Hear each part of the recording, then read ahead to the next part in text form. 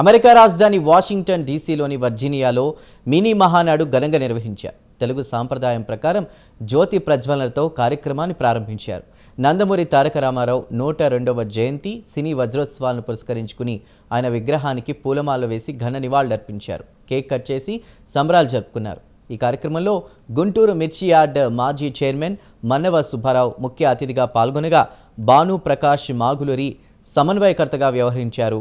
మంత్రి నారా లోకేష్కు పార్టీ బాధ్యతలు పూర్తి స్థాయిలో అప్పగించాలని ఈ సందర్భంగా ప్రవాసాంధ్రులు తీర్మానం చేశారు. ఈ మహానాడికి చాలా ప్రత్యేకతలు ఉన్నాయి. 34వ మహానాడికి ఈ 2025 సంవత్సరానికి కూడా ప్రత్యేకతలు ఉన్నాయి. ఒకటి, ఈరోజు 102వ జయంతి జరుపుకుంటున్న మన అన్న నందమూరి తారక రామారావు గారు సినీ ప్రస్థానం చేసి 75 వసంతాలు పూర్తి చేసుకొని ప్రపంచవ్యాప్తంగా వజ్రోత్సవాలు జరుపుకున్న వేళ. రెండోది, ఈ ఏడాది మన జాతీయ తెలుగుదేశం పార్టీ అధ్యక్షుడు మన ముఖ్యమంత్రి నారా చంద్రబాబు నాయుడు గారు 75 వసంతాలు పూర్తి చేసుకొని ఆయన కూడా ఇటీవల పెద్ద ఎత్తున కార్యక్రమాలు కూడా జరిగాయి. మూడోది, బాలకృష్ణ గారు పద్మ భూషణ్ అవార్డుని అందుకున్నది. వీటన్నిటికంటే కూడా మూడు ప్రధానంగా తెలుగుదేశం పార్టీ ఆవిర్భవించిన తర్వాత ఇంతటి మెజార్టీ అనేది ఎప్పుడూ రాలేదు. భారతదేశంలో కూడా ఏ రాజకీయ పార్టీ కూడా ఇంత మెజార్టీ రాలేదు. ఒక తెలుగుదేశం పార్టీకి రావడం జరిగింది. దీనిలో ప్రధానంగా ఆంధ్ర రాష్ట్ర ప్రజానీకానికి, కార్యకర్తలకి, మహిళలకి, యువతకి, కార్మికులకి, కర్షకులు, ముఖ్యంగా ప్రవాస ఆంధ్రులందరికీ కూడా ఈ సందర్భంగా మనం అందరికీ ధన్యవాదాలు తెలియాలా. ఇంకోటి, దీనన్నిటికంటే కూడా అతీతమైన శక్తి ఇంకోటి ఉంది. అసలు మనం ఇంత పెద్ద మెజార్టీ రావడానికి మన శక్తి వంచన లేకుండా భస్మాసుడిలాగా ఈ రాష్ట్రాన్ని సర్వనాశనం చేసిన జగన్మోహన్ రెడ్డి కారణం. ఎందుకంటే మన కృషి, ఆయన కూడా శక్తి వంచన లేకుండా ఆ పార్టీని నాశనం చేసిన తీరు, రాష్ట్రాన్ని నాశనం చేసిన తీరు, ఇంత పెద్ద మెజార్టీ రావడానికి అది కూడా ప్రధానమైన కారణంగా అందరికీ కూడా తెలియజేస్తూ, ఏదేమైనప్పటికీ కూడా కాలంతో పరిగెత్తుతూ, కాలం ఇచ్చే సవాళ్ళను ఎదుర్కొంటూ 43 వసంతాలు పూర్తి చేసుకొని 44 వసంతాలు తెలుగుదేశం పార్టీ అడుగుపెట్టింది.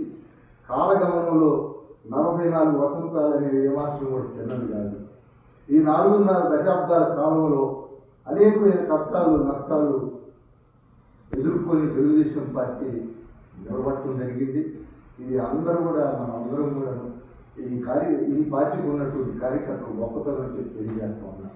హేతుబద్ధమైన భౌతికవాద ప్రాచుర్య దృష్టితో తెలుగునాట జరుగుతున్న సకల సామాజిక, రాజకీయ, సాంస్కృతిక ఉద్యమాలతో మమేకమై తెలుగుదేశం పార్టీ రోజు ఈ విధంగా నిర్వహించింది. సామాజిక చైతన్యం, పీడిత పాలన వ్యతిరేక దృక్పథం, వీటన్నిటితో కూడా సైద్ధాంతిక నిబద్ధత, బలమైన వర్తమానం, శ్రామిక జన పక్షపాతం, ఇవన్నీ కూడా తెలుగుదేశం పార్టీలో నిమిడి ఉన్నాయి. ముఖ్యంగా అభివృద్ధి నిరోధక శక్తులను ప్రతిఘటించడం ద్వారా ఆకలి, దోపిడీ, అణిచివేత, ఆర్థిక అసమానతలు లేని రాజకీయ సమాజాన్ని నిర్మిద్దామని ఎన్టీఆర్ యొక్క కళ, ఆశయం కూడా తెలియజేస్తా ఉన్నాం.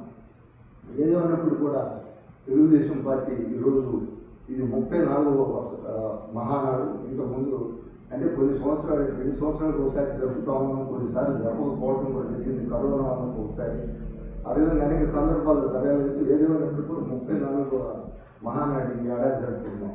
ఇకపోతే మన 102వ జయంతి ఉత్సవాలు, మరి శత జయంతి ఉత్సవాలను కూడా ఇక్కడ వీళ్ళు బాలు మాగులూరు కానీ వీళ్ళందరి యొక్క ఆధ్వర్యంలో అమెరికాలో పెద్ద ఎత్తున బ్రహ్మాండంగా చేయడం జరిగింది. అమెరికా వ్యాప్తంగా బహుశా భారతదేశంలో ఎక్కడా కూడా చేయని విధంగా అమెరికాలో అయితే జరిగింది. పనులు శ్రీరామ్ గారు కానీ అనేక మంది యొక్క సహకారంతో ఇక్కడ బాగా చేశారు ఎన్టీఆర్ యొక్క. ఎందుకంటే మరణం లేని జన్మ, మరణించి జీవిస్తున్న వ్యక్తి. చాలామంది జీవిస్తూ మరణిస్తూ ఉంటారు. ఎన్టీఆర్ మరణించి జీవిస్తూ ఉన్న మంది హృదయాలు. అలాంటి గొప్ప వ్యక్తి. ఒక తరాన్ని శాసించాడు, ఒక తరాన్ని ప్రభావితం చేశాడు, ఒక తరానికి మార్గదర్శకంగా ఉన్నాడు, తరతరాలకు దైవంగా ఉన్నాడు ఆయన ఎన్టీఆర్. ఎన్టీఆర్ ఆత్మగౌరవం నినాదం ఈ రోజు కూడా తెలుగు ప్రజల హృదయాల్లో జాతీయ గీతంలాగా మారుమోగుతుంది. మీరు గమనించండి.